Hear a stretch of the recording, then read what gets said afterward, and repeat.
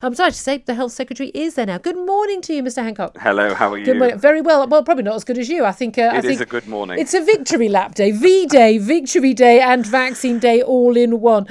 Tell me, the very first person to get the vaccine was a grandmother of 4, Margaret Keenan. She says it was an early birthday present. What did it feel like watching that footage? Oh, it was really emotional, because we've worked so hard for this moment, and we've waited for it for so long, and this is the route out. It's the route out of all our troubles, but we're not there yet. And so it was mixed, actually. Obviously the joy of seeing the vaccine, such a simple task of the vaccine, her Margaret being vaccinated, but also I worry because we've got to hold our nerve whilst we get everybody, all the vulnerable people, vaccinated, so that we can finally put this behind us. Well, this is the big message about this. It's very much pre-Christmas cheer, but people have still got to do the right thing over Christmas. We're told, and no people not was it tear the pants out of it or something? Yeah, Van Damme said. Exactly. How soon though are we going to see everyone who is vulnerable and everyone who is elderly vaccinated? Have we actually got? I've asked you and every cabinet minister I've had on. I know. Have you got a timetable for this? Because you must know by now. We don't know. It'll be in the spring. It'll be in the next. It'll take a few months to get there. Why does it take a few months? Because the manufacturing process of this vaccine is itself challenging. So we've got to do 3 things. The first is the Pfizer-BioNTech vaccine needs to be manufactured, and that is a challenging process because this is a biological stuff. It isn't just a chemical that you make. There's not like a formula. You've got to you've got to create this stuff.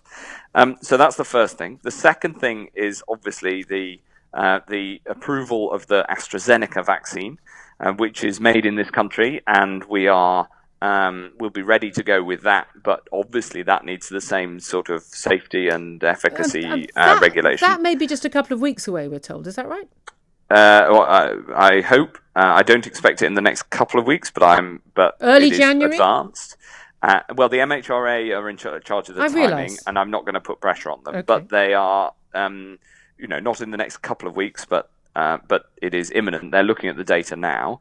And then the third part, as well as the manufacture and the approval of the AstraZeneca vaccine, is obviously the rollout. And the NHS is ready. I think you're seeing the NHS at its best today, doing a great job. Okay. When are we going to get all our freedoms back? That's the next big question. We want to save lives, but we also want to save livelihoods. We want to go back to normal. Not new normal. We want the old normal back. We want our freedoms. We want to be able to see our family members in our homes, meet friends for a drink. When are we going to do that? Do we have to wait till every single person in this country is vaccinated? Or once the main risk is over, no threat to the NHS, can we go back to our free lives? Yeah, the latter. When? Well, it depends on the timing that we were just talking about in terms of the manufacture and the rollout of the vaccine. But then, the reason that we're prioritizing those who are most clinically vulnerable is not just to make sure they're protected as soon as possible, but that is also the fastest way to get all the restrictions lifted. Because once we've protected those who are likely to end up in hospital and those who are most likely, if they get it, to die from coronavirus, then obviously we can rely on people's personal responsibility to protect themselves rather than the current rules that we have to have in place. So just to clarify, once people, over 70s, we know the death rate definitely goes up over 80, but over 70s, once everyone over 70 has been offered the vaccine and has been able to take it, then at that point we can stop all the restrictions on everyone else's lives? Well, it depends on the impact of having the vaccine on whether you transmit the disease as opposed to just whether it protects you. And that's something that we'll be monitoring in the next it's very likely, over the next few weeks. Well, we're hopeful. Okay. We're hopeful. I know you've got to go. I just have to be totally honest about what we do know and we don't know. And we do know that the vaccine protects you if you've had it after your second dose. But we don't know if it stops the transmission I know you've actually got a government meeting to go to. Your final word very briefly. In terms of the message to people who are concerned about taking the vaccine, what would you say to them right now?